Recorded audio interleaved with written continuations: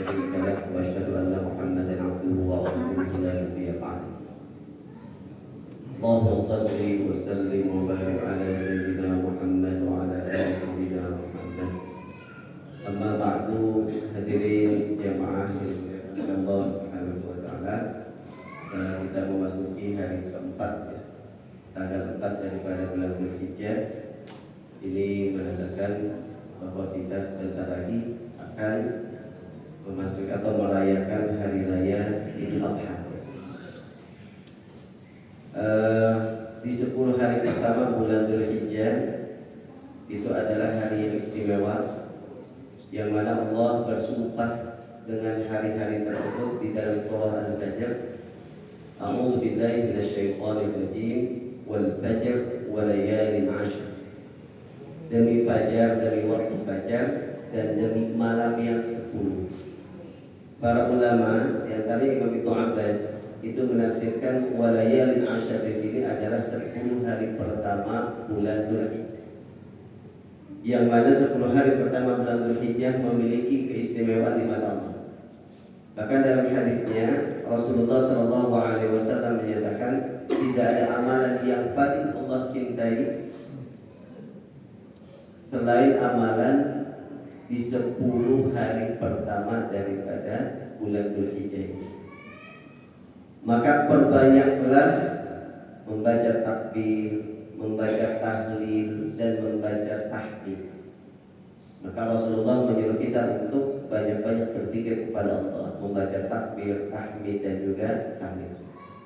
Juga ibadah-ibadah sunnah yang lainnya. Para ulama menerangkan kenapa 10 hari pertama bulan Dzulhijjah ini begitu istimewa. Mereka menyatakan bahwa li'anna fiha tajtami'u ummahatul ibadah. Karena di 10 hari pertama bulan Dzulhijjah ini berkumpul pokok-pokok ibadah dalam syariat Islam. Ibadah sholat, selain sholat 5 waktu ada sholat Idul Adha. Kemudian ibadah puasa, disunahkan, sangat dianjurkan kita berpuasa hari Arafah. Bahkan ada yang mensunahkan puasa dari tanggal 1 Dzulhijjah sampai tanggal 9 Dzulhijjah, karena pengumuman dalil bahwa puasa di bulan Hurum itu sangat dianjurkan. Juga dianjurkan kita bersedekah. Di antara sedekah yaitu kita menyisihkan harta kita untuk membeli hewan kurban. Dan yang kelima adalah ibadah haji. Maka disebut istimewa karena berkumpul pada 10 hari pertama bulan Dzulhijjah ini pokok-pokok ibadah dalam ajaran Islam. Sesuai materi, kita akan membahas bersama tentang fikih kurban atau fikih udhiyah. Dalam definisinya, secara bahasa udhiyah itu adalah nama untuk hewan yang dikurbankan pada hari raya Idul Adha. Itu disebut udhiyah. Ya, ada beberapa nama yang udhiyah, bisa udhiyah, bisa juga idhiyah, hamzahnya dikasrahkan. Ya, ada juga yang jamaknya adalah adha, makanya disebut Idul Adha. Jadi ada beberapa penamaan dalam udhiyah ini. Kemudian dalam istilah fikih, udhiyah itu adalah menyembelih hewan khusus dengan niat taqarrub atau mendekatkan diri kepada Allah dan di waktu yang khusus. Hewannya khusus dengan kriteria tertentu. Maka hewannya berupa unta, bahimatul an'am. Hewan ternak yang dimaksud itu adalah unta atau sapi termasuk kerbau, ya, atau domba. Ya, maka selain hewan ini maka tidak sah berkurban. Kemudian juga syarat-syarat yang lainnya nanti akan kita terangkan. Kemudian juga di waktunya adalah waktu khusus. Maka penyembelihan hewan kurban ini waktunya khusus, yaitu dimulai dari hari raya Idul Adha, yaitu setelah matahari terbit di hari raya Idul Adha tanggal 10 Dzulhijjah, matahari terbit dan bukan pas matahari terbitnya, tapi durasi kurang lebih 10 menit, 5 sampai 10 menit setelah matahari terbit. Kalau dalam kitab-kitab fikih itu dikatakan setelah matahari terbit itu yang memungkinkan kita untuk melaksanakan 2 khutbah dan sholat 2 rakaat, yang kurang lebih 10 menit. Ya, nah itu sudah boleh menyembelih hewan kurban sampai hari tasyrik sebelum maghrib. Hari tasyrik terakhir itu tanggal 13 Zulhijjah. Udhiyah sendiri disyariatkan pada tahun kedua Hijrah, seperti ibadah zakat dan juga sholat Id, ya, sholat Idul Adha ataupun sholat Idul Fitri. Adapun dari disyariatkan udhiyah atau berkurban ini, ya, pertama Al-Quran, yang kedua adalah Al-Hadis, dan yang ketiga adalah ijma'. Adapun dalam Al-Quran Allah berfirman di dalam surah Al-Kautsar ayat 2, "Fasholli li rabbika wanhar." Ya. Maka sembelih, salatlah. Maka salatlah engkau untuk Tuhanmu dan sembelihlah. Ya.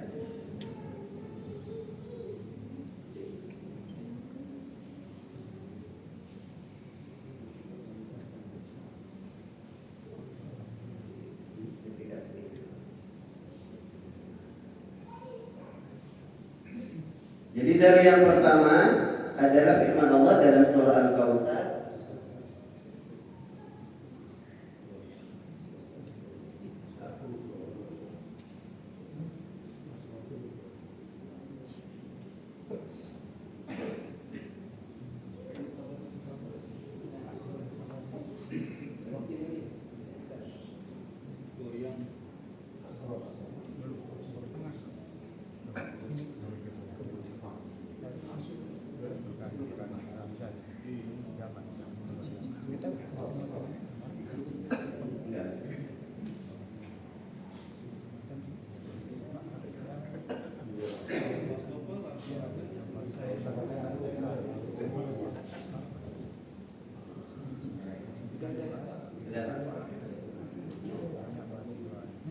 jadi dari yang pertama dari Al-Quran surah Al-Kautsar, "Fasholli li rabbika wanhar." Maka salatlah untuk Tuhanmu dan sembelihlah. Salat di sini sebagian ulama tafsir menafsirkan adalah salat Idul Adha. Ya, maka ini dijadikan sebagai dalil, ya, disyariatkannya salat Idul Adha. Wanhar di sini artinya menyembelih. Ya. Wanhar di sini artinya menyembelih.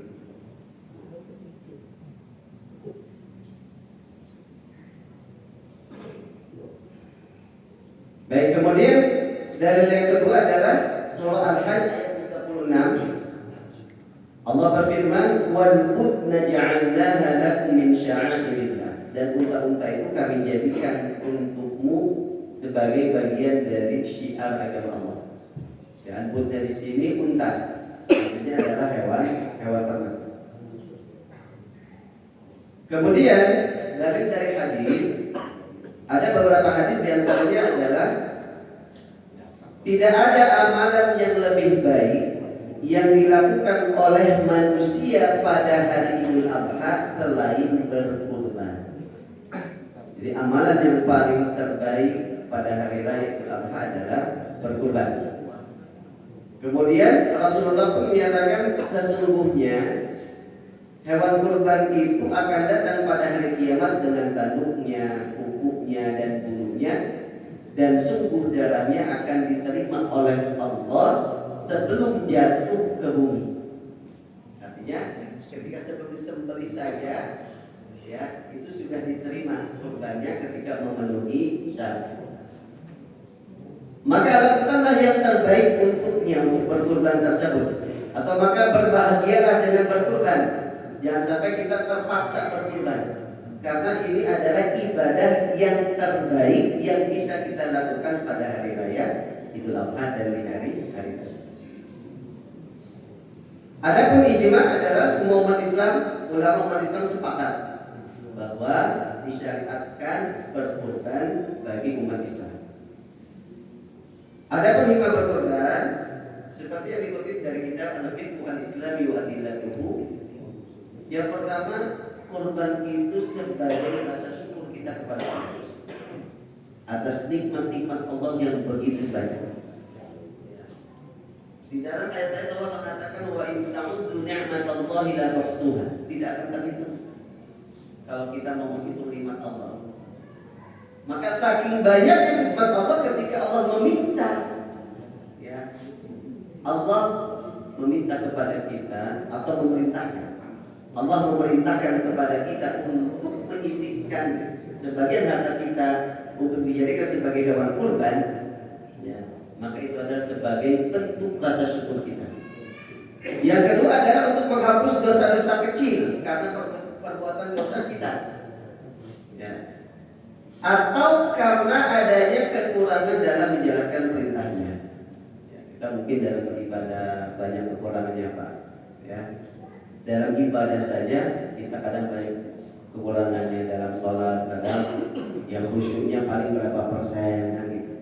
Ya, ketika ibadah-ibadah yang lain pun sama, ya, malah mungkin lebih banyak dosanya. Maka dengan berkorban itu adalah menghapuskan dosa-dosa kita. Yang ketiga, supaya diluaskan kehidupan orang yang berkorban dan keluarganya, ya, makanya tidak bisa diganti dengan uang. Kalau zakat mungkin ada yang membolehkan, ya, zakat fitrah ada yang membolehkan dengan uang. Tapi kalau kurban tidak bisa. Misalkan saya mah nggak tega melihat domba atau sapi atau unta disembelih, mendingan saya kurbannya berupa uang saja, saya kasihkan ke setiap orang miskin. Nggak bisa. Ya. Kemudian bahkan Imam Ahmad berpendapat bahwa udhiyah atau berkorban itu lebih afdol dibandingkan dengan sedekah yang seharga dengan udhiyah.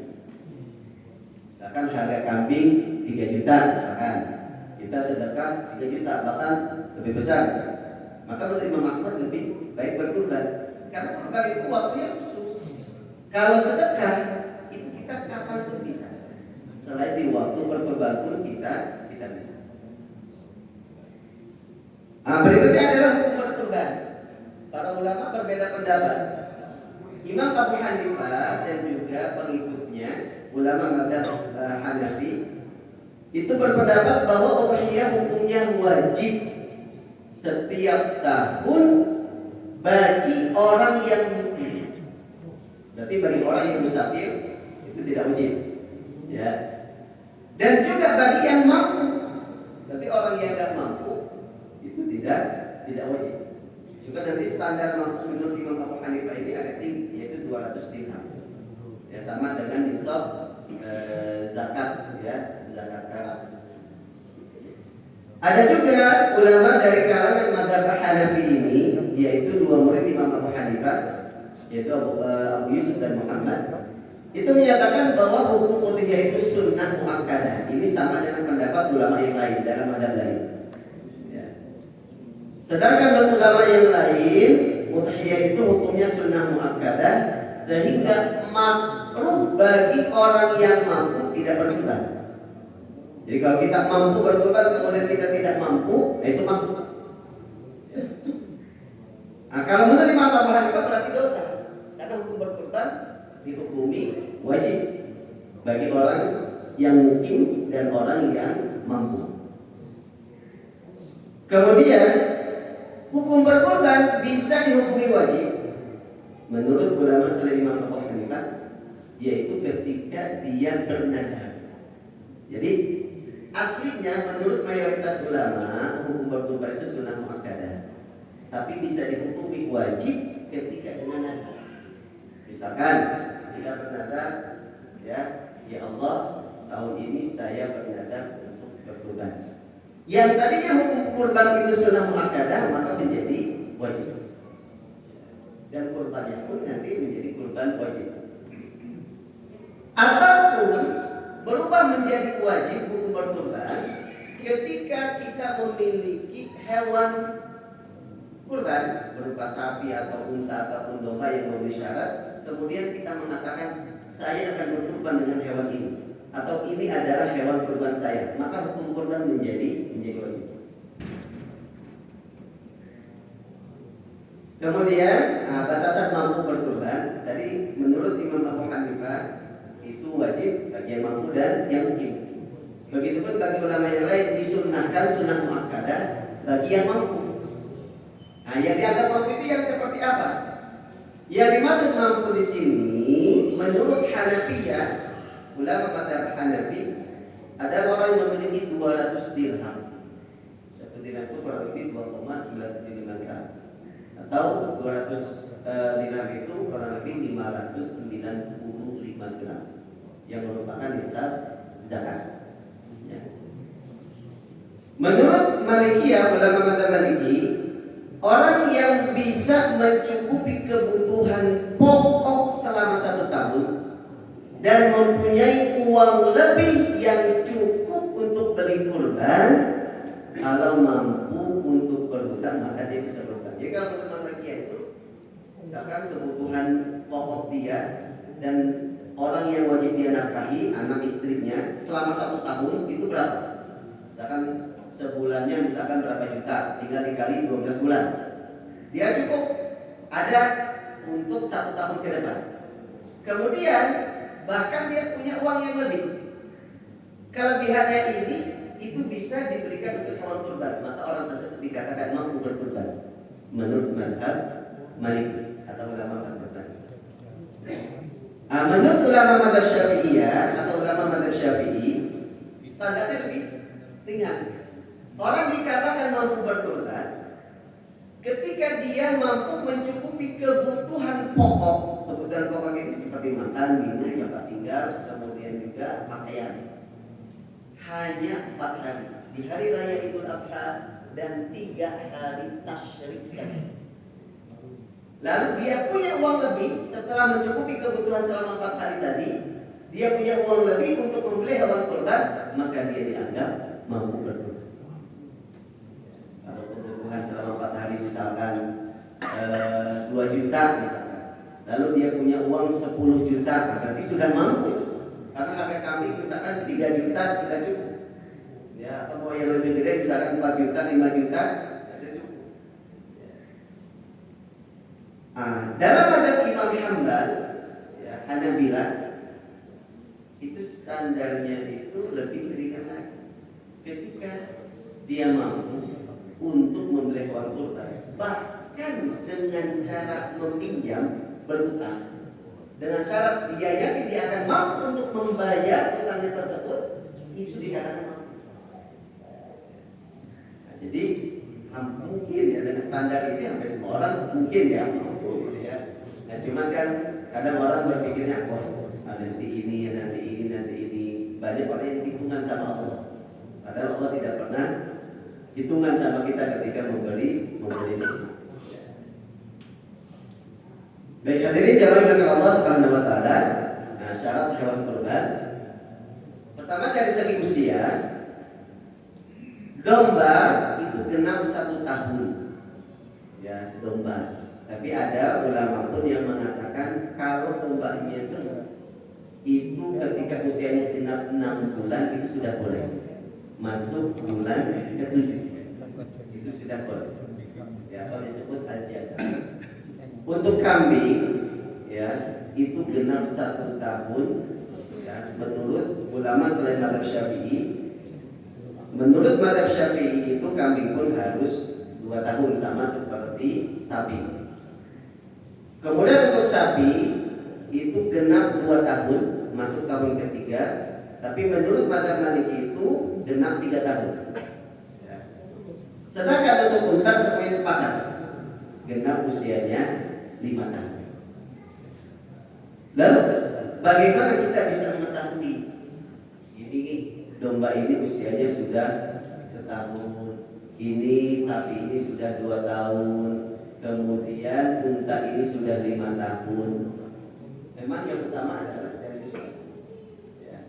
Tapi dibolehkan juga dengan al-musinna atau as-sani, yaitu yang giginya itu sudah tanggal, atau bahasa lainnya kupak, atau bahasa Jawa itu poel, ya, itu menjadi salah satu indikasi, ya, sebagai indikator bahwa hewan tersebut itu sudah bisa dijadikan sebagai hewan kurban dari segi usia. Nah, di sini ada contoh gambar yang di bawah 1 tahun itu semuanya adalah gigi susu, Pak, gigi bawaan lahir. Ya, itu biasanya giginya itu rata. Sama seperti manusia. Ketika gigi susu itu kan masih kecil-kecil yang depannya itu khususnya. Ya. Ketika nanti usia hewan tersebut, kalau kambing, kalau domba itu 1 tahun, kalau sapi itu 2 tahun, kalau unta itu 5 tahun, nanti sepasang giginya itu akan lepas tanggal. Lalu nanti akan tumbuh gigi yang permanen yang lebih besar. Nah, maka itu nanti sepasang lepas, nanti tumbuh gigi yang besar. Kemudian nanti sampingnya lagi sepasang lepas, nanti gigi tumbuh yang besar, gitu ya. Jadi biasanya lepasnya sepasang.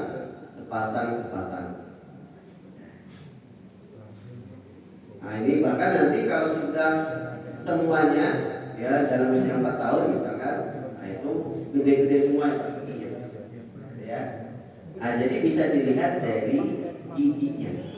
Nah, biasanya hewan kalau di musim kurban, hewan yang sudah tanggal ini, sudah poel ini, biasanya harganya lebih mahal dibandingkan dengan yang belum poel.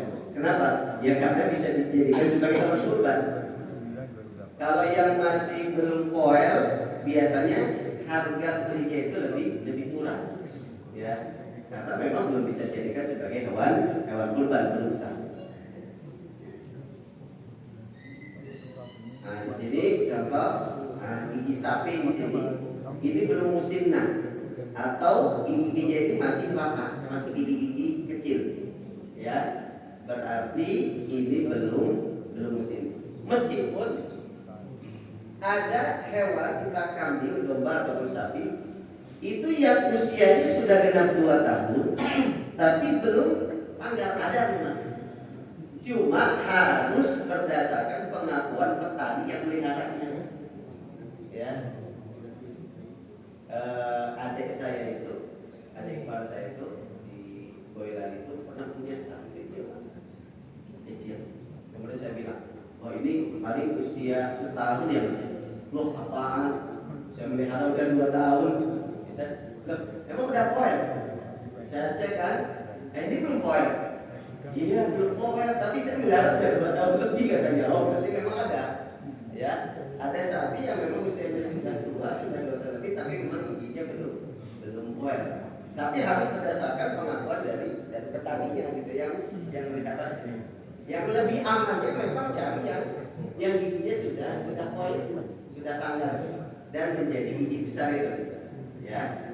Nanti samping-sampingnya ini kalau lebih tua lagi nanti akan sama ukurannya, lebih besar lagi, besarnya sama gitu ya. Nah, ini cara melihat hewan yang sudah cukup usianya untuk dikurbankan. Nah, ini kalau yang atas ini masih sama semua tuh. Meskipun kelihatan gede-gede gitu ya, ada memang hewan itu yang giginya gede-gede. Kalau orang awam mungkin memandangnya itu sudah poel, sudah ganti gigi, padahal dulu dilihat gigi sampingnya. Ya. Nah, kalau yang ini sudah poel 1 pasang nih, yang 2 tengah itu lebih besar, yang samping-samping itu masih kecil. Nah, ini poel 2 pasang, berarti 4. Ya. Yang gede-gedenya sudah ganti menjadi yang besar. Baik, hadirin jamaah yang Allah Subhanahu wa taala. Nah, kemudian syarat berikutnya dari segi fisik. Kalau tadi dari segi usia. Ya biasanya kalau usia itu lebih rentan. Ya, karena orang nggak tahu, apalagi orang awam nggak tahu itu usianya apakah sudah cukup atau tidak. Ya, maka cirinya tadi dengan melihat giginya. Kalau secara fisik mungkin kelihatan, oh ini buta bisa kelihatan matanya, atau ini pincang atau ini kurus, itu kan kelihatan. Ya, yang lebih rentan itu adalah dari segi usia. Adapun dari segi fisik, syaratnya tidak cacat. Ya. Maka menurut hadis Nabi tidak sah berkurban dengan hewan yang memiliki 4 cacat ini. Yang pertama, yang benar-benar buta sebelah, apalagi buta dua-duanya. Ya, kemarin itu kawan saya itu orang Bali, dia nitip sapi saya. Tertarik, saya ada lemparan dari konsumen saya di Bekasi, nggak masuk, tolong jualkan ya, dibawa. Kemudian pas saya pulang itu saya cek, ini matanya itu buta sebelah. Kemudian saya sampaikan, kebetulan beliau kawan saya juga dari dia dulu ketika kuliah. Syekh, kata Ustaz, ini yang satu mana buta sebelah, saya nggak berani dan nggak mau jual untuk kurban, gitu kan? Paling nanti disembelih kejaga. Ya, kalau dia ngerti juga kan, ya udah sembelih aja dia jual kurban karena tidak. Ya, jadi kalau minimal satu saja buta sebelah itu sudah tidak boleh, apalagi buta dua-duanya. Yang kedua, catat yang kedua yang tidak sah jadi sebagai kurban adalah yang benar-benar pincang. Kalau pincangnya itu masih bisa jalan, itu para ulama masih membolehkan. Ya, kalau dalam mazhab Maliki sendiri itu ketika misalkan yang satu yang pincang, yang tiganya itu masih bisa, ya dijadikan sebagai sebagai kekuatan dia untuk berjalan atau berdiri, itu masih boleh. Yang tidak boleh yang benar-benar pincang sampai jalan pun itu tidak mau. Tapi kalau dalam mazhab Syafi'i, kalau misalkan pincangnya itu membuat hewan tersebut kalah dibandingkan dengan hewan-hewan yang lainnya dalam usaha pergi ke tempat makan, itu dikatakan tidak boleh. Ya, misalkan hewannya ditaruh di sini, kemudian makannya ditaruh di sana. Ya, kemudian dilepaskan semuanya, kemudian kan berebut. Kalau misalkan dia telat, tertinggal jauh karena pincangnya, menurut mazhab Syafi'i itu tidak boleh. Ya, tapi kalau menurut mazhab Maliki itu masih boleh. Yang penting ketika dia masih bisa berjalan dengan 3 kakinya itu masih tidak dikatakan tidak sah. Apalagi kalau misalkan pincangnya yang masih bisa jalan itu masih sah. Cuman biasanya pengkurban itu ingin memberikan yang benar-benar sempurna. Tapi kalau kita berbicara sah atau tidak itu masih sah. Kemudian yang benar-benar kurus, ya, yang benar-benar kurus itu yang bahkan ya dagingnya itu cuma berapa persen. Ya bahkan kalau dalam redaksi hadisnya itu yang dalam tulangnya itu tidak ada sumsumnya, Pak. Saking kurus ya. Jadi ya. Tapi kalau yang kurus masih ada dagingnya, di tulang masih ada sumsumnya, itu masih sah. Ya. Kemudian yang keempat, yang sesuai hadis Nabi itu adalah yang benar-benar sakit. Ya, benar-benar sakit parah hewannya itu. Ya, yang sampai dengan penyakitnya itu tubuhnya benar-benar jadi kurus, kemudian dagingnya jadi hancur. Nah, itu tidak boleh dijadikan sebagai pakan kurban. Ya. Atau para ulama pun membuat kaidah dari 4 kriteria cacat yang disampaikan oleh Nabi tadi, maka dikiaskan tidak boleh berkurban dengan hewan yang cacat yang mempengaruhi berkurangnya daging. Ya, termasuk misalkan hewan yang ekornya buntungnya itu buntung karena memang terjadi musibah misalkan. Kalau buntung dari awal ada yang membolehkan, misalkan buntungnya itu karena potong, patah gitu ya, itu tidak boleh. Ataupun yang telinganya itu hilang setengahnya. Ya, kalau hanya bekas tindikan, ya biasanya kan suka dikasih nomor Pak ya, itu masih boleh. Ya, yang nggak boleh itu kalau sepertiganya hilang atau bahkan setengahnya. Sepertiganya sudah nggak boleh. Kalau yang tanduknya Pak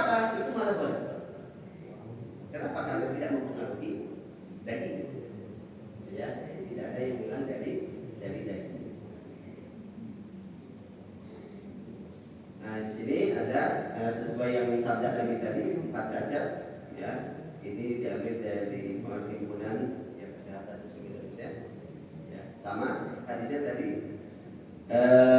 Ada 4 cacat yang tidak diperbolehkan pada hewan kurban: buta sebelah dan tampak jelas kebutaannya, sakit dan tampak jelas sakitnya, pincang dan tampak jelas pincangnya, dan sangat kurus sampai tidak punya sumsum di dalam tulangnya. Nah, berikutnya adalah pembagian hewan kurban. Nah, tadi kita sampaikan bahwa para ulama ada yang menyatakan kurban itu wajib, ada yang mengatakan kurban itu sunnah.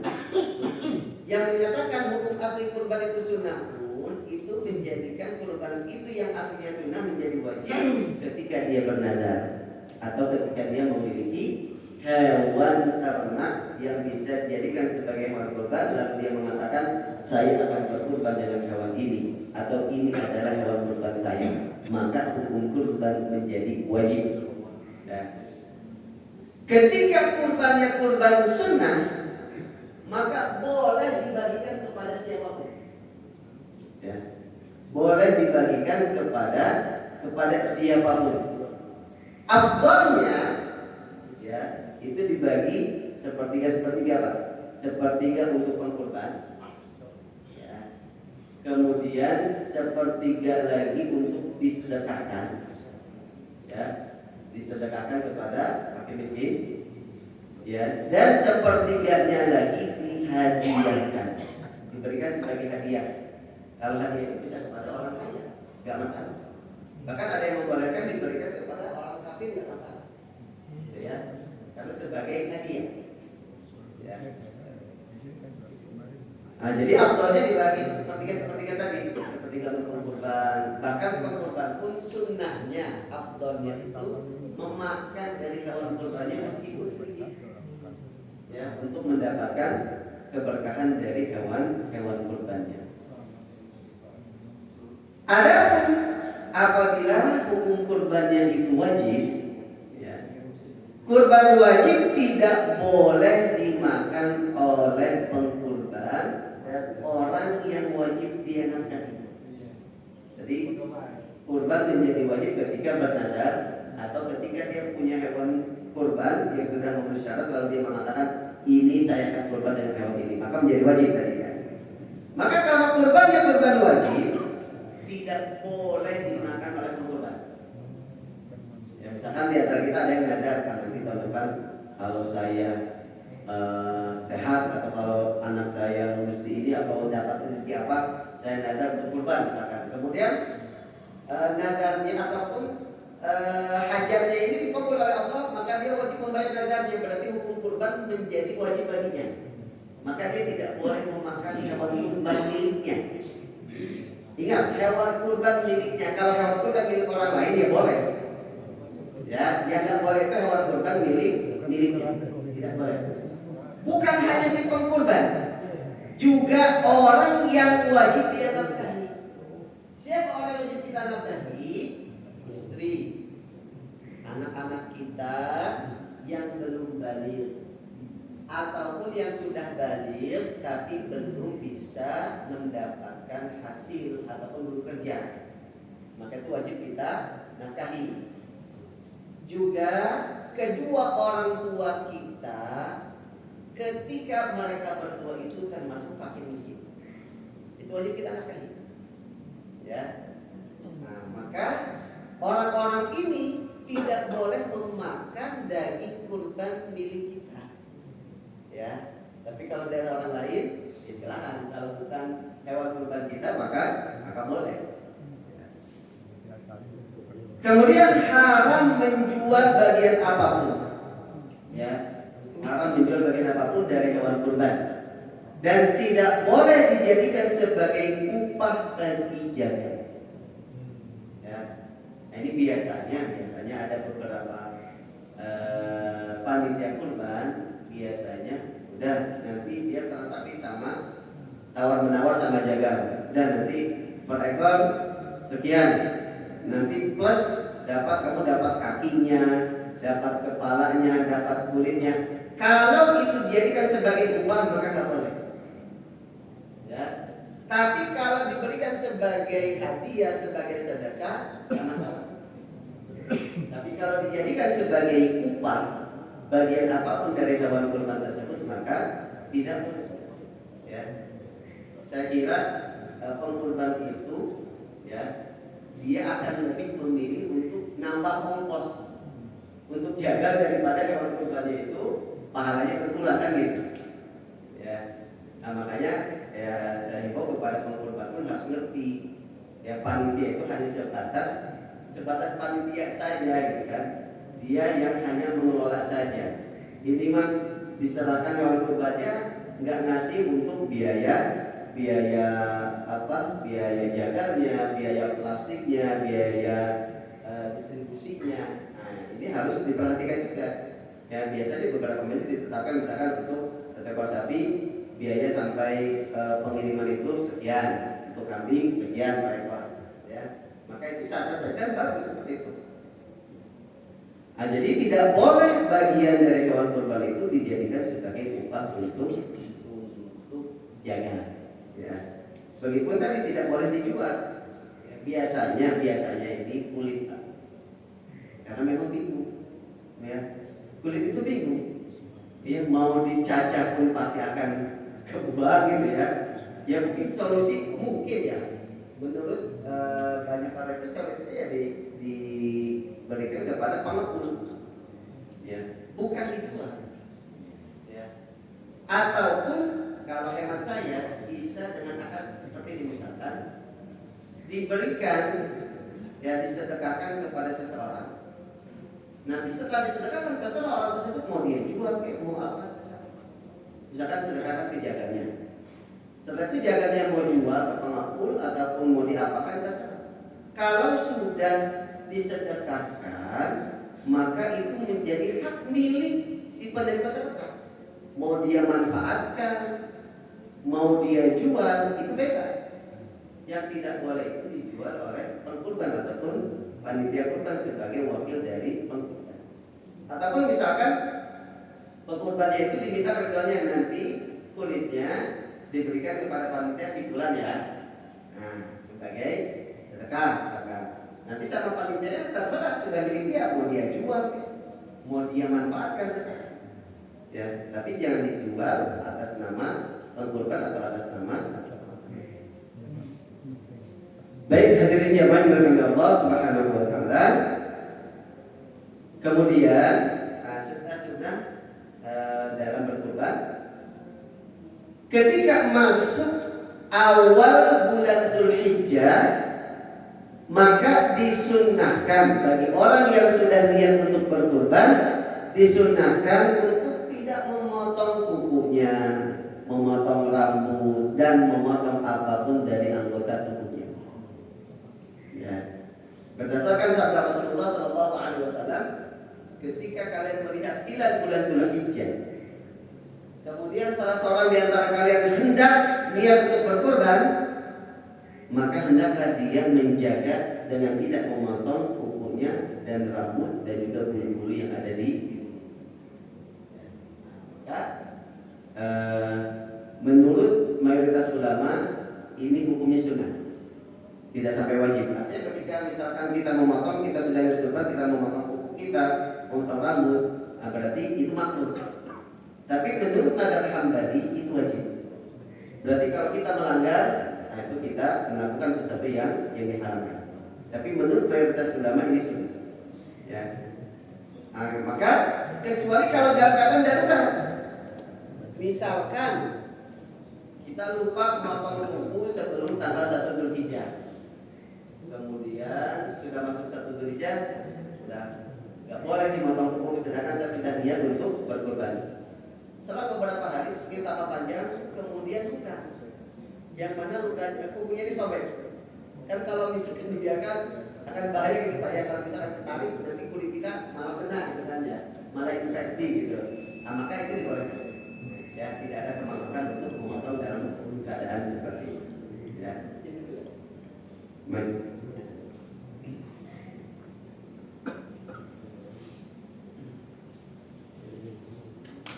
Allahu Akbar. Allahu Akbar.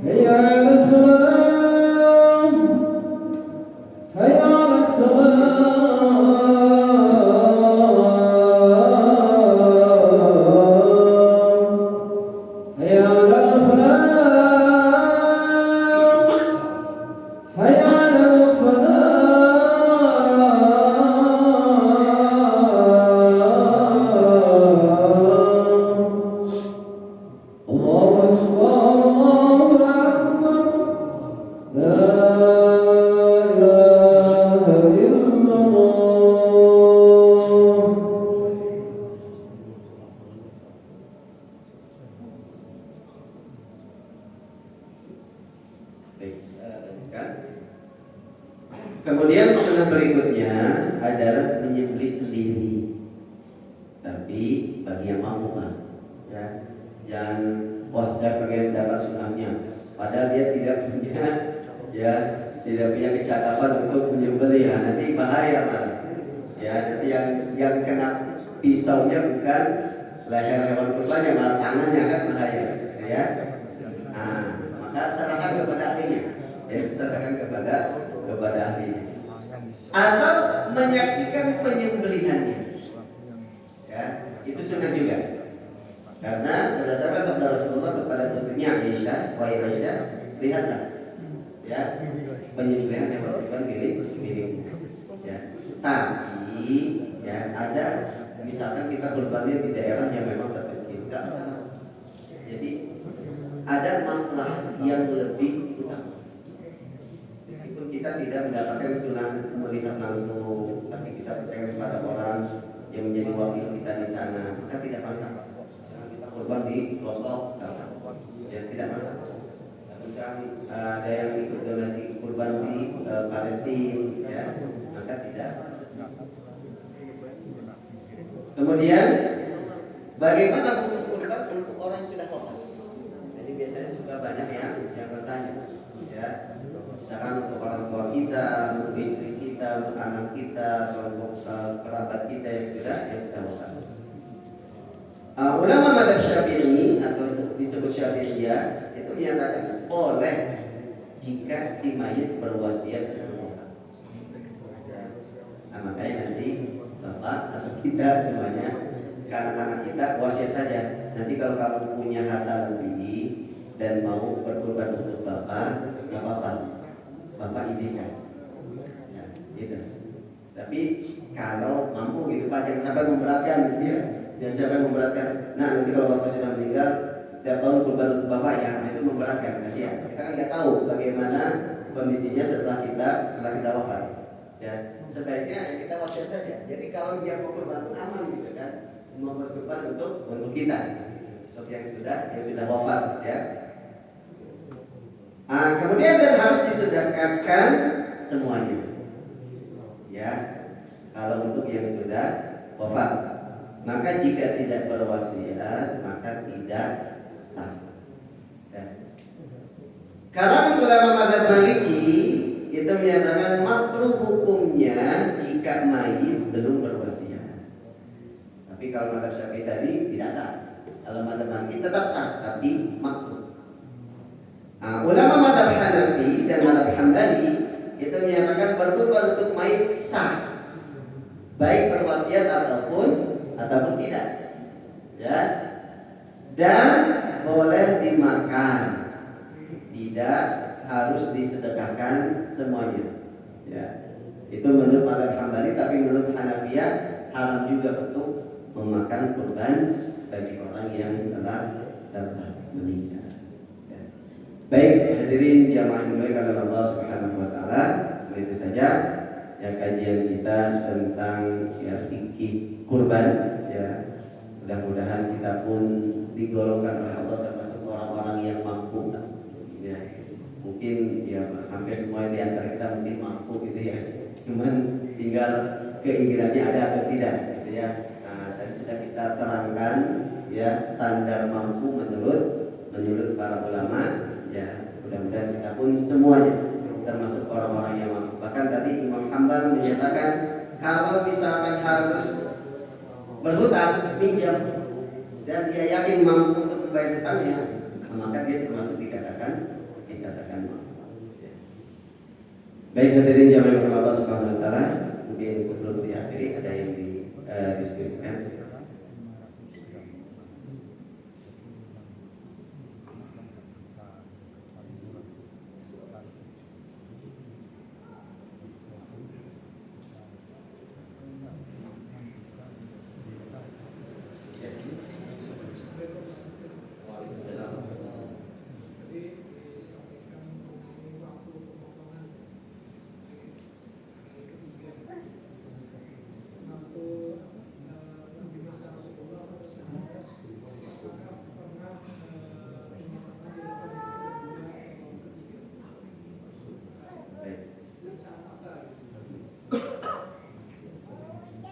Tadi disampaikan bahwa waktu pemotongan itu dimulai dari setelah terbit matahari di hari raya Idul Adha tanggal 10. Tapi bukan pas terbit mataharinya, tapi beberapa saat yang mana cukup waktu untuk melaksanakan khutbah 2 kali dan sholat 2 rakaat. Kurang lebih 10 menit setelah terbit matahari. Waktu akhirnya itu sampai hari tasyrik terakhir pada asar setelah tanggal 3 pada tanggal 13 Zulhijjah. Nah, adapun apakah pernah Rasulullah SAW ataupun para sahabat menyembelihnya itu di hari tasyrik? Saya pribadi belum tahu. Artinya belum mendapatkan ini ya. Mungkin ada, tapi saya belum baca. Ya, mungkin di antara jamaah ada yang pernah baca atau mendengar dari Nabi atau sahabat menyembelihnya di hari tasyrik. Ada yang pernah? Kalau saya pribadi belum Pak. Mungkin ya karena saya belum baca gitu ya. Bukan berarti, maka saya katakan nggak tahu. Ya, saya katakan nggak tahu. Ya. Nah, cuman para ulama itu menyatakan bahwa ya penyembelihan hewan kurban itu sah terakhir adalah hari ya di hari tasyrik.